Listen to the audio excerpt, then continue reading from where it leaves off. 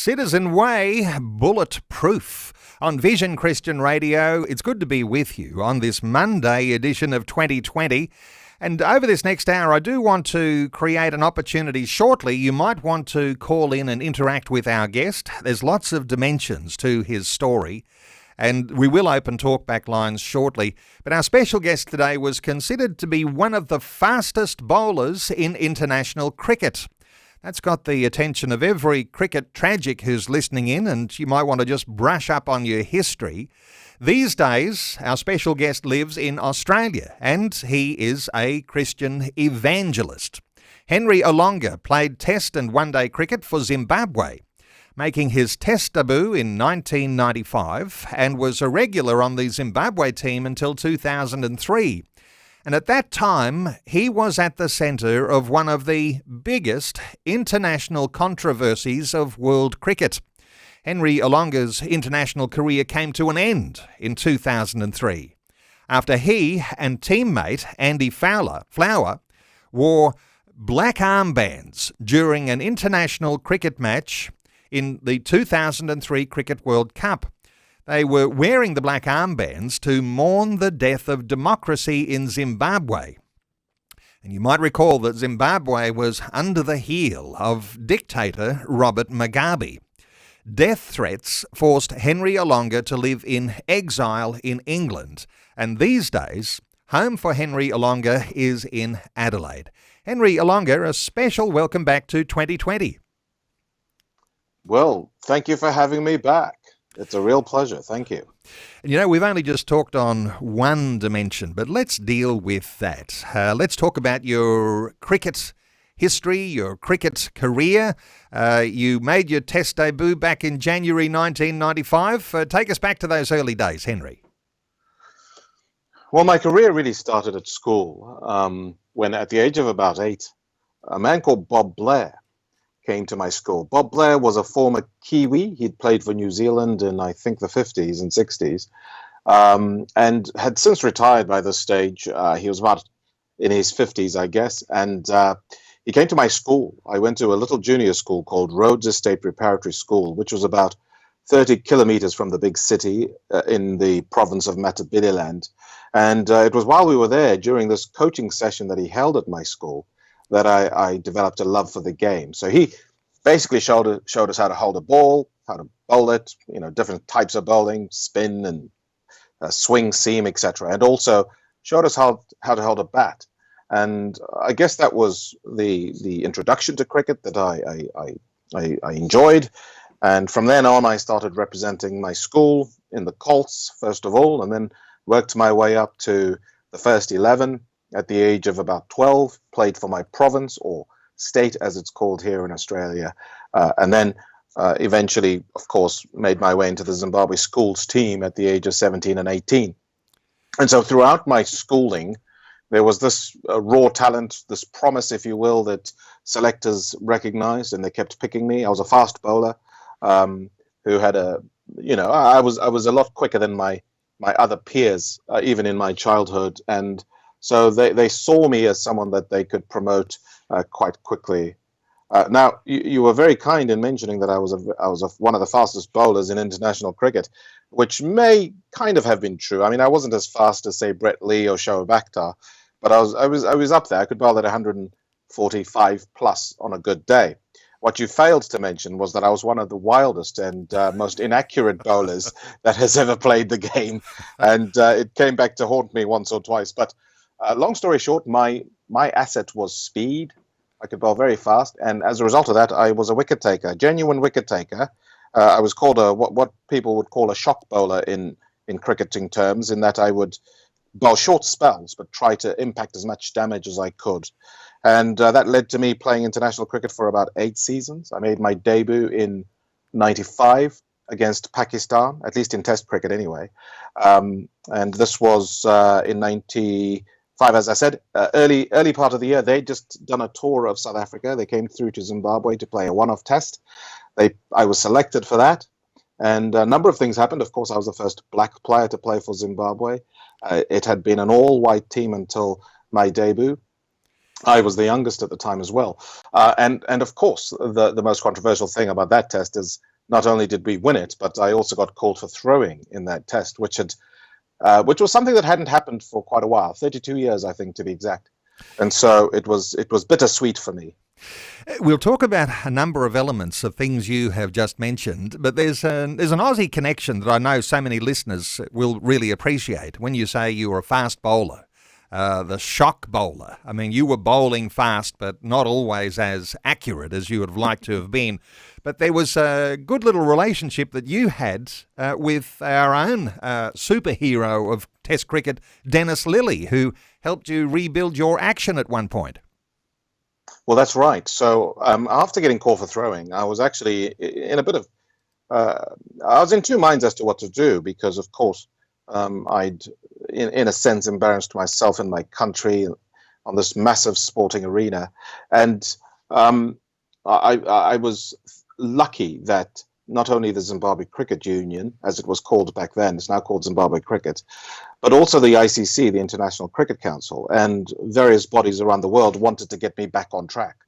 And so I'm very grateful to them and thankful, of course. But the first thing that happened is I got sent off in '95, the same year of being called for throwing, and the same year that I made my debut. I was sent off to the Madras Rubber Factory Pace Foundation, I believe it was called, the MRF Pace Foundation in India. In Madras, it's now called Chennai, of course. But that was special because not only did I work with Joel Garner, the great, tall, fast West Indian bowler of the 80s, but I also worked with Dennis Lillee, who came across for about a week or so. And so it was the first time I was in a professional environment working with professional coaches. We had video cameras, camcorders to record our actions, to replay them, to review them, and look at the biomechanics of bowling and what can be improved, what can be fixed. And then the next year, '96, I was sent to the academy that was here in Australia. It was in Adelaide. It was run by the late Rod Marsh and a few other people. There was a guy called Richard Doan, who was a wonderful biomechanics specialist. There was another gentleman called Wayne Phillips, who played for Australia as a wicketkeeper, batsman. And there was some of interest on that trip. There were some promising players who ended up playing for Australia who were at the academy. One was a little-known fast bowler called Brett Lee, and the other was a guy called Brad Williams, I think. And I was there for about 3 or 4 weeks, worked with Dennis Lillee, of course, on a short stint. And then the year after, I went to South Africa and worked for 6 months at the academy there. So 3 years in a row, I worked at various academies, and twice with Dennis Lillee, and in South Africa with a man called Clive Rice. Any cricket lovers would remember him. And long story short, within that 3-year period, I was able to fix my action, become ratified as legal, and then played for another 5 or so seasons after that. I think 98 through to about 2000, 2001 were my best years. I played 30 test matches. I took 58 wickets. I played 51 days and took I took 68 test wickets and 58 one-day wickets, I believe. So there was no T20 back then. So that's the sum total of my cricket career. It was very modest. And you know what? That's a cricket career in a nutshell. Just to pick up on something which is very significant, because when you were just a boy and into your teenage years and that raw talent was there and you were being recognised, you might have had the thought that you would never play international cricket because at the time in Zimbabwe, as you said, all of the players were white and you were the first black cricketer and the youngest person to play for Zimbabwe. That must have been almost like a dream come true for you and for your family and for your whole community. Well, yes, in a sense. I mean, when I grew up playing cricket, I was playing in integrated schools. So it wasn't as big a deal for me as it may have been, I guess, for the establishment who wanted cricket to become a more ubiquitous sport. So, I played with and against not only white players, but people we would call colored players in Zimbabwe. I think in the West, it's kind of frowned upon to use the word colored, but what we mean by that is mixed race. And of course, we had a lot of Asian players as well. So for me, playing cricket didn't seem to be just a white man's sport when I was playing. At the top level, yes. But throughout my schooling and even into provincial cricket, it was a very integrated sport, and it was becoming so. Now, the reason it was elite at the top level was because Zimbabwe only attained independence in 1980. Prior to that, it was a nation called Rhodesia, and that was based on a political system of segregation. So a lot of black people couldn't vote for the candidate of their choice, and there were all sorts of laws that made it very difficult for black politicians to excel in Rhodesia. So come independence, Robert Mugabe, of course, became the leader of the country. But prior to independence, cricket, rugby, tennis were elite sports that black people just simply didn't have access to. They didn't live in the right areas. They didn't belong to clubs. They didn't have memberships. We didn't have those sports in our own communities because they're very expensive to run. And so with independence coming, the floodgates were opened for people like myself to work our way up through the system. So I was at the front of the wave of young players who had started to play those games in the early 80s. Independence was 1980, like I said. And so I was lucky to be at the front of it. Eventually, after making my debut, many other black players made their way through. Some of them are well known in the world of cricket. For example, Pomi Mbangwa, who's a very good commentator who commentates around the world. But it was a big deal for our community, no doubt. It was something that people had been crying out for, because the nation at the time, I think, had a ratio of something like, I think the population was 300,000 white people versus something like 12 million black people. And of course, people were saying, how can this be right? We've got to have representation at the highest level. So politically, socially, it was important when I made my debut. Well, Henry Olonga is our guest. We're going to continue our conversation in just a few moments, and lots of dimensions to Henry's story. You might like to join into our conversation. You might have a question for Henry Olonga. Maybe it's a cricket question. It could be around issues to do with his evangelism gift. We'll talk about that in just a few moments. It could also be to do with his music gift, which we haven't really gotten into yet. But Henry Olonga, who now lives in Adelaide, is our special guest through this hour. Our talkback line is open on 1800 316 316. We're back with more in just a few moments. Well, 1800 316 316, if you'd like to join in our conversation. Our special guest is Henry Olonga. We've been hearing about his cricket career, and there's a number of different dimensions to Henry as we get into our conversation a little further. Henry, before we go much further, I do want to ask you about your faith, about what happened in early years, how you became Christian and then moved into really what we could all say is this sort of role as an evangelist. I wonder if you've got some insights here into your early years. Well, sure. Both of the schools I attended had a Christian ethos, if you will. We had chapel services every Sunday. They were compulsory. We got dressed up. By the way, I went to boarding schools. I must say that. That's a very important point. I lived at school for 9 months of every year. And because we were on campus, we attended church. You had to dress up in your best dress.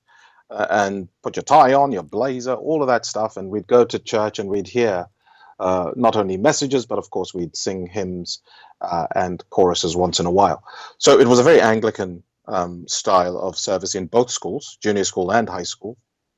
Incidentally, I went to reps in junior school and a school called Plumtree in high school, and they were both very good government or state schools that had amazing tradition, and we also produced incredible people who ended up being captains of industry, sports people, etc. So there's a great heritage from both of those schools. And most importantly, there was a great Christian heritage. So we had a lot of people come and speak at the schools over the years, not only the more famous bodies like Scripture Union and Youth for Christ, but we also had the Gideons come around, and they would not only share about Jesus, but they'd also hand out Bibles. And I think on just about every occasion I collected a Bible, a free Bible, because they'd hand out these free Bibles, you see. And in Africa, if someone hands you something for free, you take it. And so I took lots of Bibles. I collected a whole host of them. And I thought the more Bibles you have, the better your chances of getting into heaven. But of course, with time, I started to pay a bit more attention in the sermons, because of course, to start off with, when you're like 8 or 9, a lot of it is over your head. But I guess when you reach the age of accountability, whatever that is, and some people would say it's 13, 14, when you start to understand right from wrong on a deeper level, and you start to ask the big questions of life, such as where did we come from, why am I here, where do I go when we die, you start to reflect on how your behavior may have an impact on that. And if there is a God, what does that mean? How do I live? And if there isn't a God, what does that mean? And so, of course, the big worldview questions came into sharp focus around about the age of 15, 16, because not only was I moving on from science as a general sort of umbrella topic in class, I was now moving into the very specifics. I was moving into biology. And of course, there we try to figure out the big questions of how did life begin? And so for me, there was this confusion that reigned in my heart, because on Sunday, I would be hearing that we are here as a result of a creator God who made everything and put man, if you will, at the top of the food chain. We were given authority. We were made in God's image. We were to run earth, etc. And if anyone follows the story, of course, there was the fall. And so I kind of understood the general story of the Bible. I understood that man was separated from God because of sin. I also understood that Jesus came to earth to be the remedy for this problem of our separation, and also the impact of our sin, etc. But the problem was, of course, if I believed that story, it said a lot of positive things about humanity. We're here by design. We're here because we've come from the mind of an infinitely knowledgeable God. And not only is he infinitely knowledgeable, but he's also loving. And he rescues us from the wages of sin, which is death.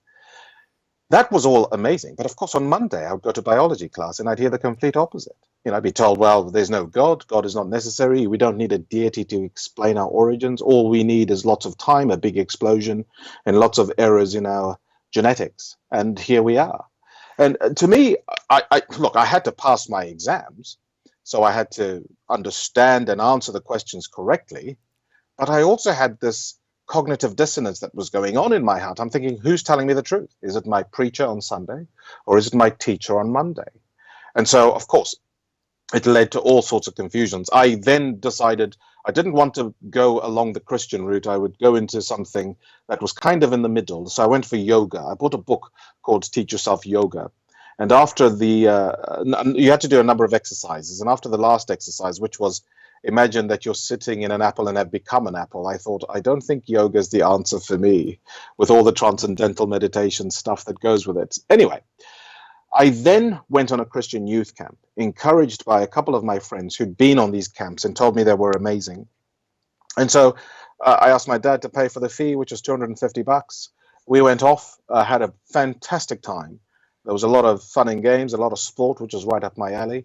And then eventually, on the penultimate night of the camp, the gentleman who was running the camp got up and preached the common gospel message. He preached from the book of Romans, Romans 3:23, for all have sinned and fall short of the glory of God. Romans 6:23, for the wages of sin is death, but the gift of God is eternal life in Christ Jesus. And then he read from Romans 10, which says, all who call on the name of the Lord shall be saved. And so he encouraged any of us who weren't sure about where we would go when we died to say a little prayer, which I did, inviting the God of creation into my heart and asking God to forgive me of my sins and grant me eternal life. And so I did that at the age of 16. It was very, I don't know, it was very, there was no emotion surrounding my decision. It was very much a cerebral decision. I didn't have any, I didn't hear any trumpets blowing from heaven. There was no weird stuff going on. It was just a decision to believe that God was real, that indeed Jesus was real, had lived the sinless life and had died on the cross for me, for the forgiveness of my sins, and that if I trusted him, that my sins would be forgiven. So I did that, and that was almost, 30 years ago, I think. Yeah, wow.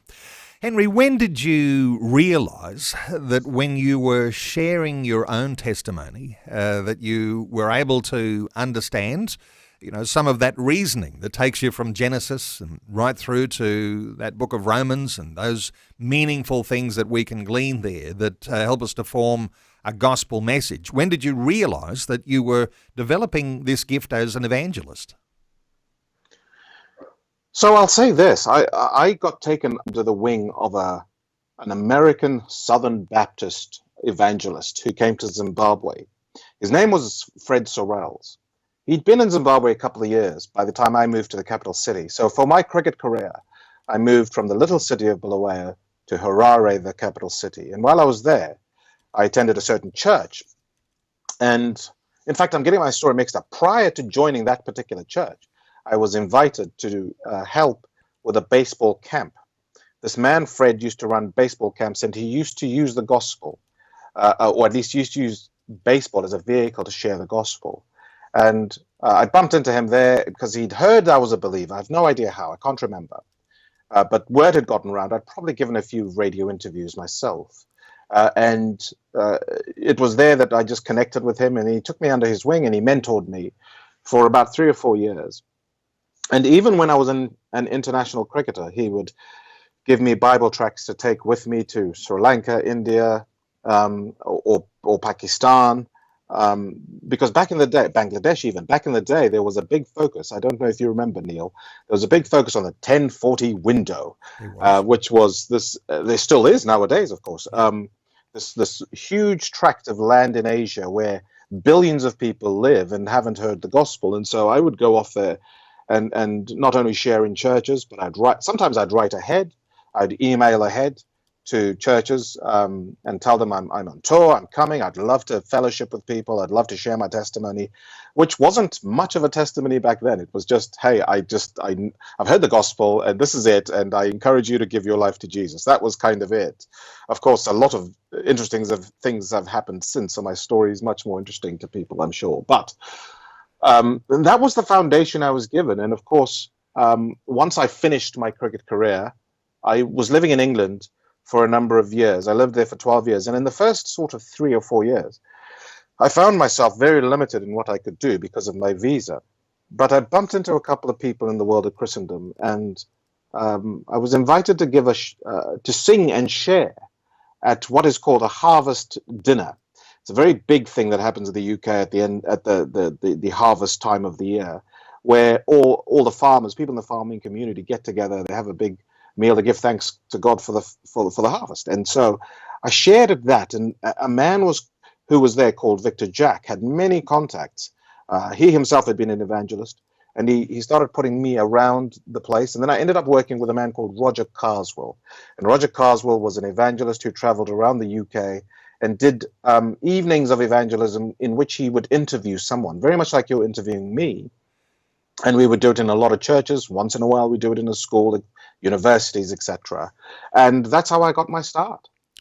It's amazing, and more to tell of your story. And just to add, just before we go to news, that Henry Olonga is available to share his testimony and the gospel in churches and in men's groups, to schools, youth groups, even prisons. Henry, that opportunity, no doubt for listeners today, I mean, they might say, well, I need to take advantage of this. I need to invite Henry to be a part of the outreach opportunity that we're going to be running in our church. And Henry, just to say very quickly, you're available if there are listeners who'd like to make contact with you today.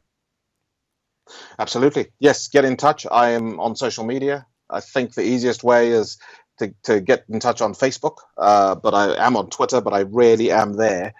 But yes, please do get in touch. I love sharing the word of God to people. I love sharing my testimony and hope that people would trust Jesus through my sharing. Well, Henry Olonga is our guest, and there's still big dimensions of Henry's story to be able to share. We are going to break for news, and we're back after Vision National News. Our talkback line is open on 1800 316 316. I think some have had a little bit of difficulty getting through. We might have a little issue with some phones, but we'll do our best. Do keep trying if you'd like to get through. 1800 316 316. Back with more after news. Wonderful to have you along with us on this Monday edition of 2020. If you are just joining us, joining into a conversation with cricket legend Henry Olonga. Our special guest today was considered a shock bowler. one of the fastest bowlers in international cricket. These days he lives in Australia and he's a Christian evangelist. Henry Olonga played Test and one-day cricket for Zimbabwe, making his Test debut back in 1995, and he was a regular on the Zimbabwe cricket team until 2003, and it was at that time that he was centre of one of the big international controversies of world cricket.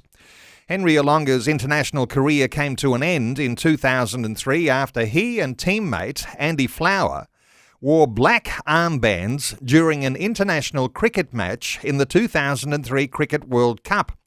They were wearing the black armbands to mourn the death of democracy in Zimbabwe. Zimbabwe was under the heel at the time of dictator Robert Mugabe. Well, death threats forced Henry Olonga to live in exile in England. These days, home for Henry Olonga is in Adelaide, and Henry is our guest. Our talkback line is open on 1800 316 316. Before we talk about your singing career, Henry, let's talk about that huge controversy and how much courage it might have taken for you at the time to wear black armbands at the World Cup and around this issue of the death of democracy in Zimbabwe. Briefly take us back into that time, because that was pretty hairy. Well, I think your intro kind of covered most of the points. Just a couple of insights. I was informed by my Christian faith to do to take that stance. It wasn't just my Christian faith; it was my political awakening to do the protest. It was also my sense of social justice. But ultimately, I was informed when I was reading the Bible one day and read the book of Isaiah, chapter 1, verse 17, which says, contend for the widow and the orphan, rebuke the oppressor. And I was actually sharing recently at a church about how replete through the Old Testament and even into the New Testament is God's heart for those that are vulnerable in society. And oftentimes when kings, for example, abused their positions of power, God would send someone, oftentimes a prophet, to pull them back into line. For example, the Bible talks about David and how a lot of people know that he abused his power by taking another man's wife and putting him in the front of the battle so he would die.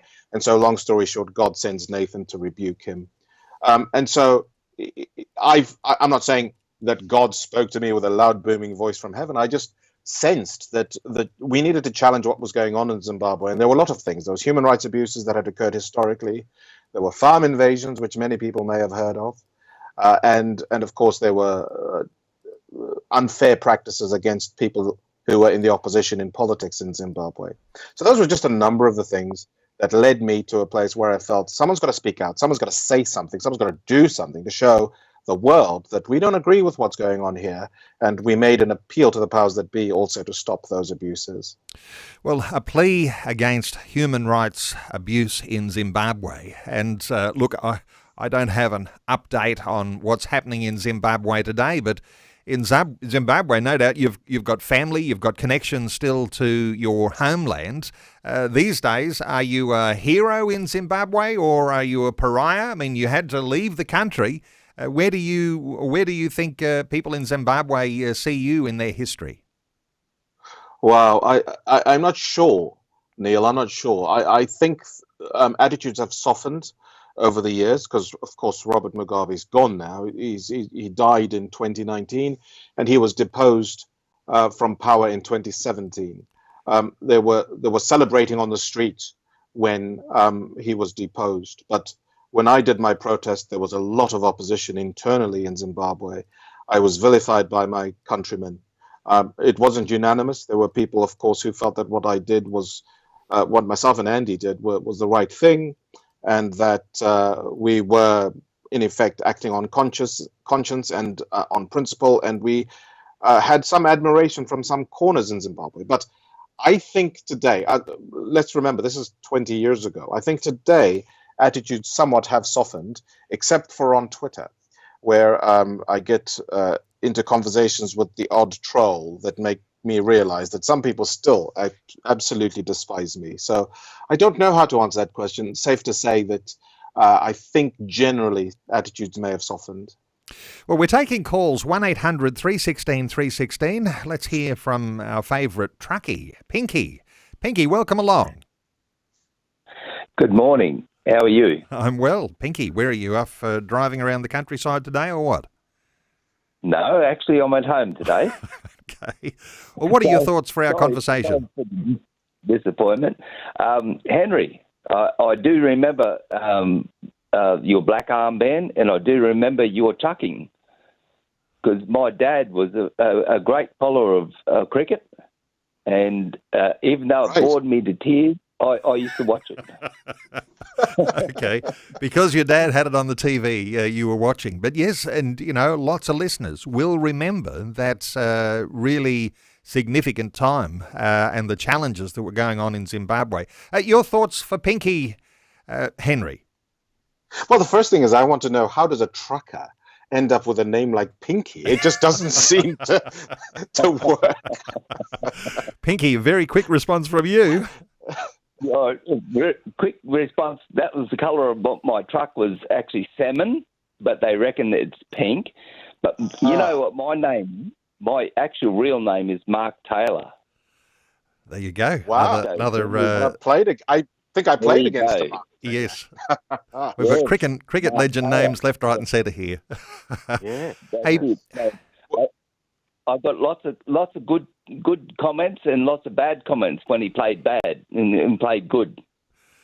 Was it helpful though if you're booking a table at a restaurant? If they thought Mark Taylor was coming in advance. So, hey Pinky, thank you so much for your call. Our talkback line is open on 1800 316 316.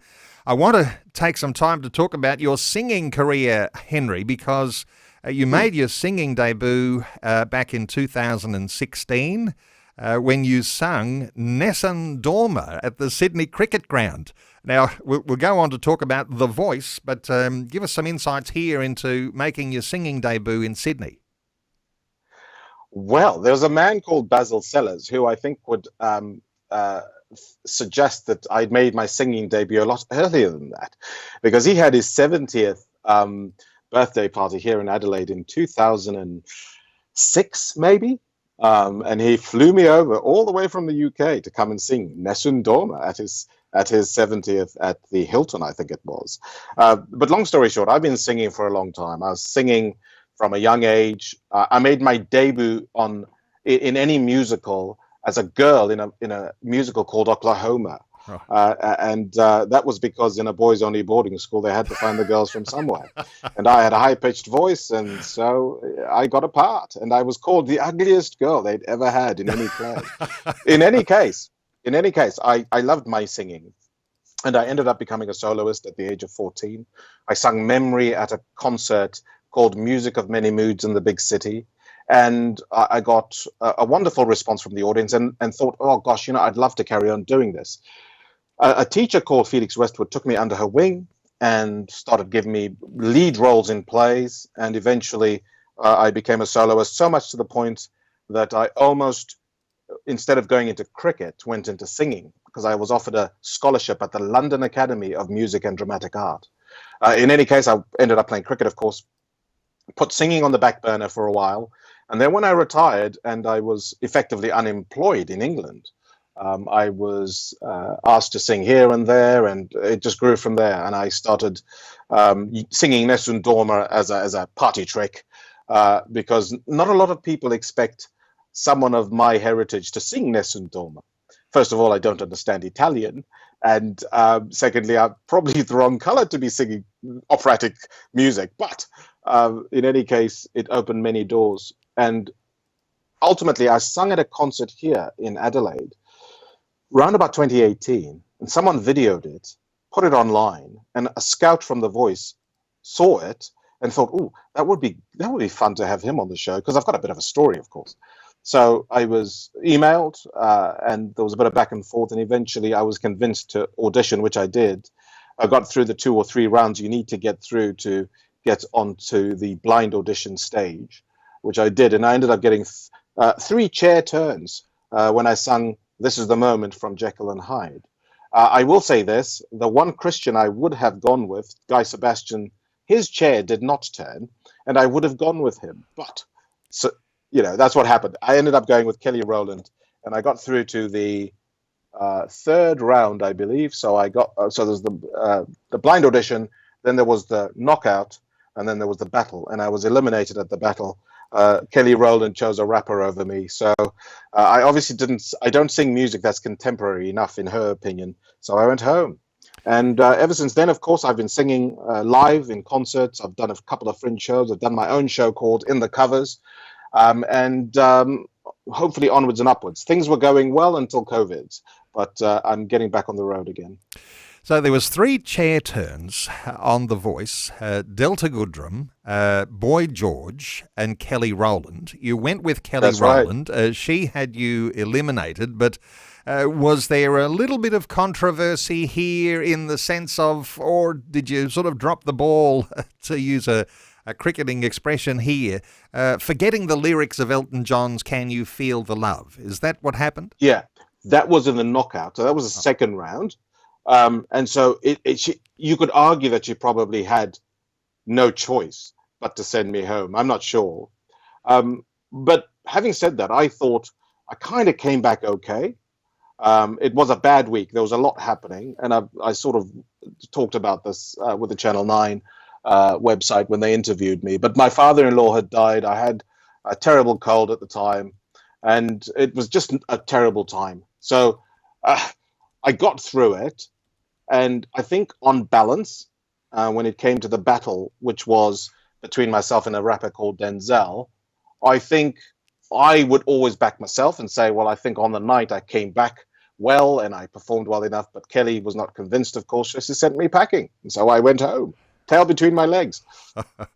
Hey, Henry, do you sing any Christian songs? So we were talking a little earlier, you're available to actually come and be an evangelist, to speak at various events, churches, conferences. There could be opportunities opening, even as we just talk about these things today. But do you sing any Christian songs?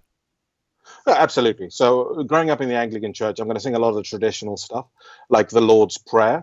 In fact, recently there was a very famous cricketer who passed away by the name of Brian Booth, and I happened to be at his. It was a very wonderful man. He was a Christian and a great evangelist in his own right. So I sang at his funeral. I sang the Crimond version of Psalm 23. Any good Anglicans will know that version, and I also sang the Lord's Prayer. There are many contemporary-ish songs that I sing as well that are Christian. But generally, I tend to sing a lot of the more traditional songs, although, of course, I'm a versatile musician and I'll sing anything. So, long story short, yes, I sing a lot of Christian songs. I do secular concerts as well, meaning I'll go there and I'll sing This Is the Moment, You Raise Me Up, songs from Coldplay like Everglow and Hello from Adele. So I'm quite versatile. But the one thing I probably don't do very well is rap. But I will sing if it's a Christian event. I'm not going to do the secular stuff, of course. I'm going to do the more Christian-y things. And there's a beautiful song called "Give Me Jesus," which I first heard it sung by a guy called Fernando Ortega, and it's a very moving piece, and it's an invitation for people to invite the God of creation into their hearts. And that's my favorite song that I sing. The English press gave you a nickname. They called you the Singing Seamer.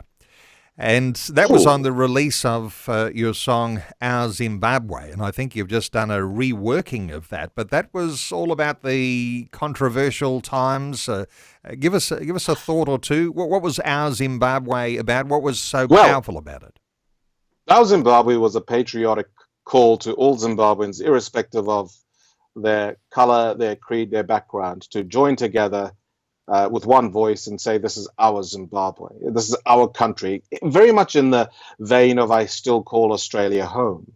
And it was at a time when Mugabe was allowing people to invade farms, and the language at the time was very divisive, very polarizing. And we felt as Christians, myself and my fellow co-writers, that we wanted to speak into that situation with a positive voice, calling people to work together rather than being divisive or divide dead. So that's the story of our Zimbabwe. I reworked it in 2011. I think most of these songs you can sort of hear on Spotify and YouTube Music, etc. But long story short, it was a call for people to be united. And I think it was lost on a lot of people at the time. But many years later, I still get Zimbabweans saying, oh, that song touches me. Because, of course, once the politics is stripped away, people see through what the song really was trying to do and achieve, which is get people to be proud of their nation and embrace all the good values and ideals of Zimbabwe. Henry, where would you see yourself into the near future? Have you got some connections with Cricket Australia? And I know you've had aspirations to do some cricket commentary. Have you been invited to be a guest commentator? What's your aspiration moving forward from this point? Well, cricket commentary is something I may get into. I've got a philosophy in life. I never go where I'm not invited, and I never stay where I'm not wanted. So, of course, I don't have an agent who's pushing for me to be a commentator. But look, if the door opened, I would certainly consider it. As far as the immediate future, I'm getting more and more into music. I'm going to be producing new albums, new music in the coming years or months anyway, in the near future. The main project at the moment is I'm finishing my audiobook. So I wrote a book in 2010 called Blood, Sweat and Treason, which was released in the UK as a print version, a hard copy and a paperback. And I've reworked it. I've basically recorded it as a narration. It's about 17 hours. And I think the printed version was about a 10-hour read. So I've got about, I've made it about twice as long as it was. I've filled in a lot of details. The book is more palatable for believers. I was allowed to put a bit more Christian content than the print version because I'm in control of this book rather than the publishers.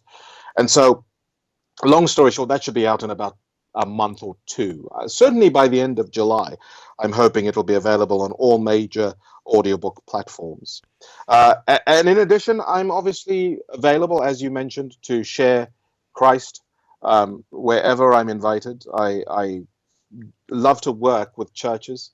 I love to work with universities. As you mentioned, I do go to prisons when the door is opened. But ultimately, I'm just so aware at the age of 46 that my time is finite. And the most important thing that I can share about my life isn't how many wickets I took being on The Voice or any of that stuff, but the fact that there is a loving God who wants people. And he invites people into a personal love relationship with himself. And that's the most important decision people can make, more important than the mortgage, who you'll marry, where you'll live. The question of where you'll spend eternity, I think, is the most important question human beings can grapple with. And if I can be a catalyst for people to consider that in their own lives, then I would love to do more and more of it. So that's how the next few years looks like. At the moment, I'm a stay-at-home dad. I'm married to my wife, Tara. We've got two wonderful daughters. I'm trying to be a dad and juggle all of this stuff at the same time. But watch this space. There's lots happening on this front. Watch this space. And for listeners, to get a hold of that autobiography, Blood, Sweat and Treason, and soon to be available as an audio book in the next month or two. No doubt that'll be available on all online booksellers.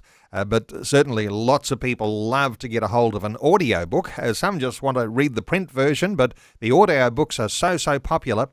And for connecting with you, you mentioned a little earlier on, Henry, people can follow you on Facebook or on Twitter, and they can connect with you, and you're available for speaking engagements as an evangelist, someone to be a speaker at a conference or at a church or even men's groups.